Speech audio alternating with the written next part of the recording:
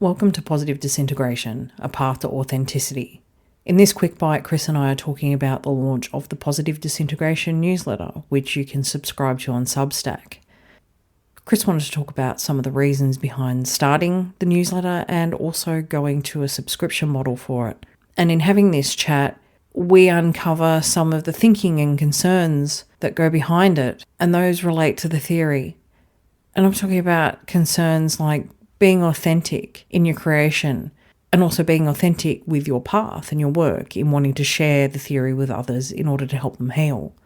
We also talk about values and how sometimes those values can seemingly conflict. And one thing that I took away from this conversation was the element of bravery as well, in not only sharing yourself with the world, but also being able to ask for help. And also the confidence required in yourself to know that the work that you produce has value.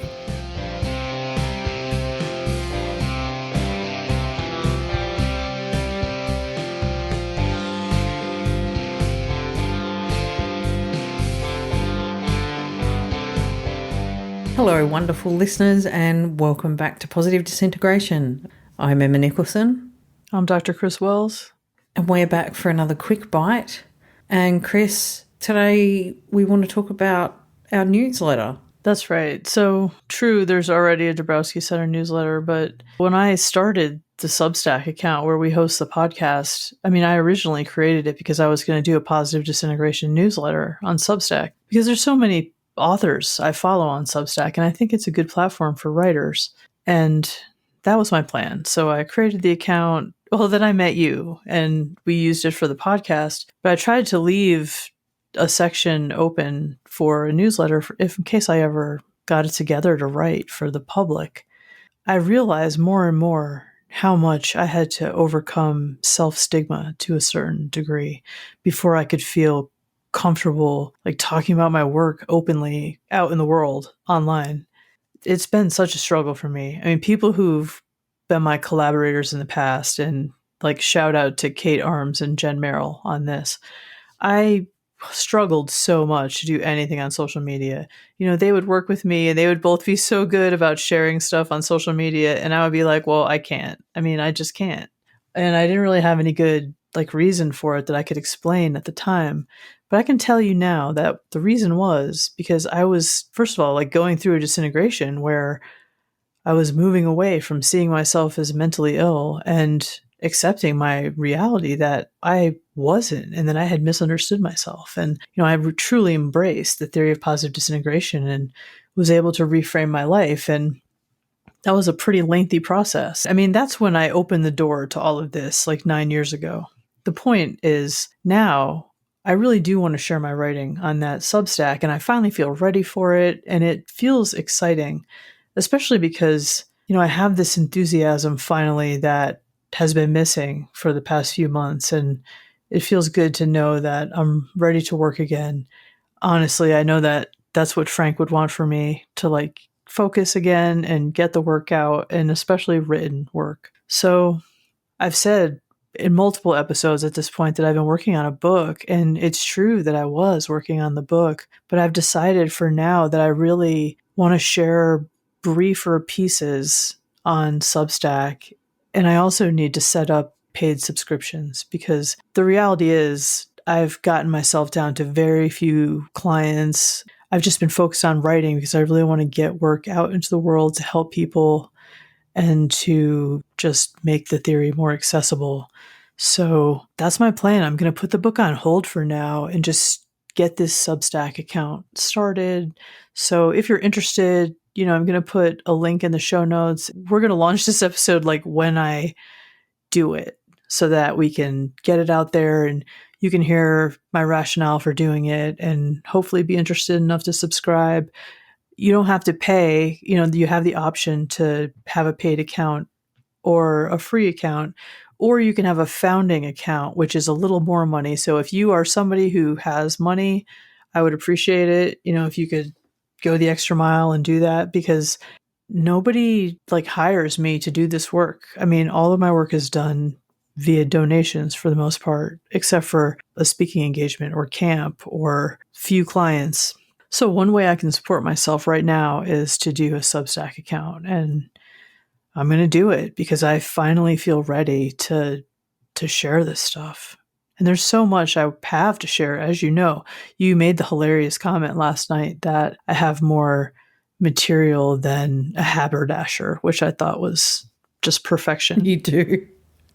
You do. You have lots of content. This raises some, I guess, questions around authenticity and content. Sometimes when you've got content, you've got to let it marinate when it's not ready, and you've got to put it out in the world when you think it's done. So like putting your book on hold, and I've done that before. I had videos, I'm like, no, I'm not quite ready to release that yet. I've got to keep working on what it is that I want to say. And it's a weird position to be in, because on the one hand, you only want to put out content that's authentic and when it feels right. But on the other hand, it doesn't come free. The platform that we use to podcast on costs money, and the equipment costs money, and getting transcripts costs money. So yeah, the transcripts are expensive, people. I mean, it's because we hire somebody to help. You're kind of caught in a weird place between, well, if I get people to subscribe, then I'm going to have to do content semi-regularly at least, because I don't want to let people down. But at the same time, I don't want to just put out rubbish because it's on a schedule. And I guess that's where you're in the unique position here, because you do have more material than a freaking haberdashery, that you've got stuff that you're sitting on. Well, I have a plan.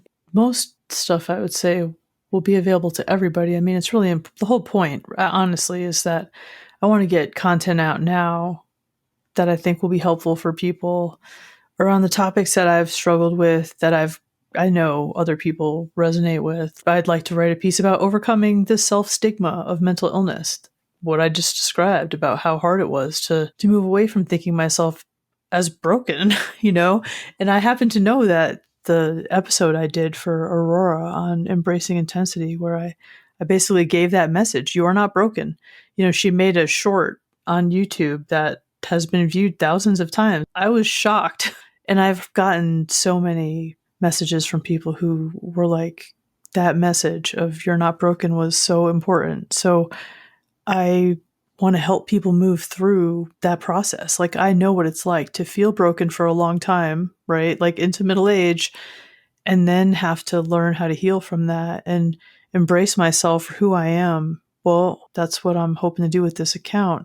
But I want those kind of articles to be available to everybody, so that if you get a paid subscription, the material that you're going to get is what I feel like you called like the nerdy bits or something, where it's like I have all of this stuff around the theory to share.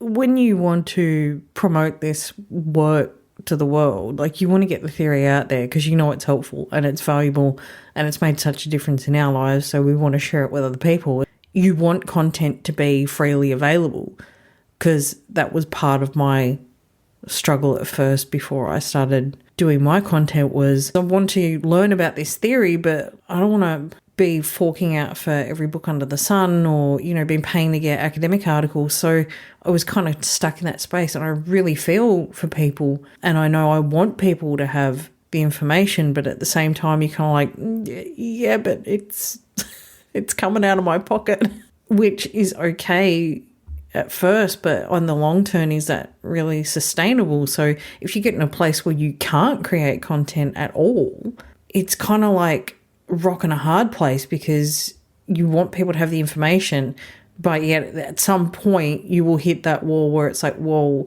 if we don't ask people for either donations through the Dabrowski Center, or we don't ask people to pay for a Substack subscription, then like it's just not sustainable.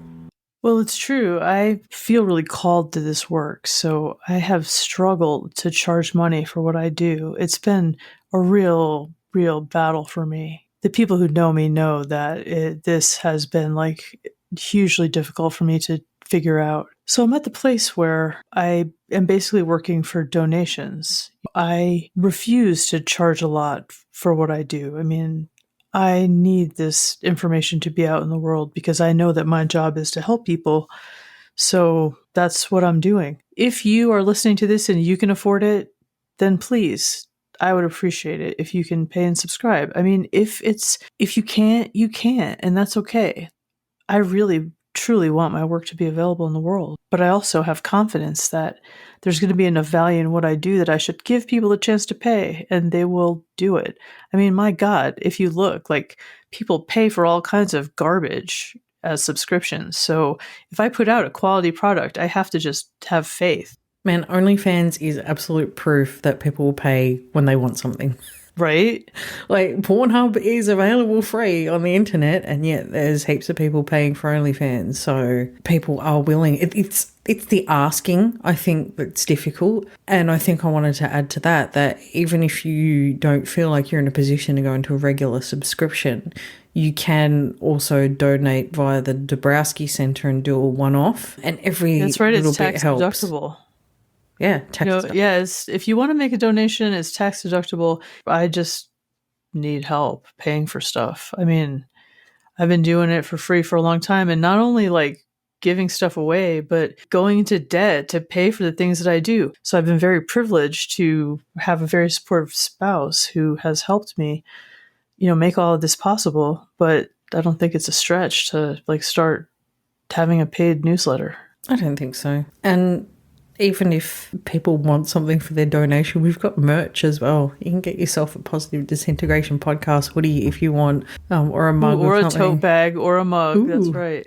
And also, too, you're in that position where you don't want to just go down the road of, well, you have to pay for everything. There's balance in this, and I think, funnily enough, that actually comes back to something in the theory, which is values. This is just another example of where you can be in a situation where maybe you've got conflicting values and you're not sure how to act on it. Like, do I ask people to pay for this stuff? Do I not?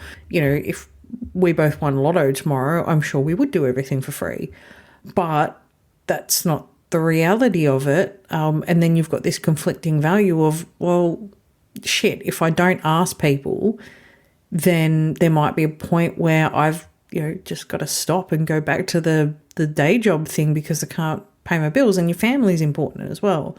I don't have a day job to go back to. This is a lifelong issue for me that I have always prioritized my own work over anything else, like regardless if it paid. I mean, what I'm asking people to do with this newsletter is this is a way to support me in my work. If you're the one who's paying for a subscription, you're paying for something extra.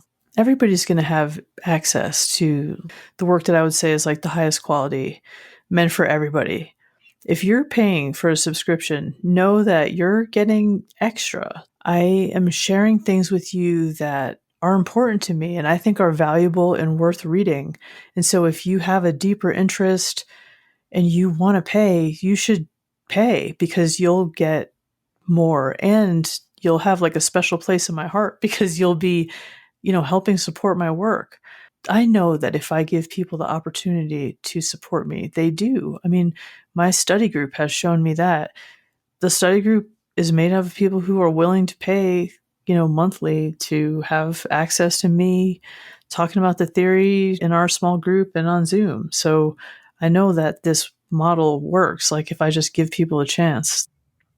Well, thank you so much for giving me the opportunity to talk about the newsletter and explain my reasoning and tell whoever's still listening way more than you ever wanted to know about my terrible work history.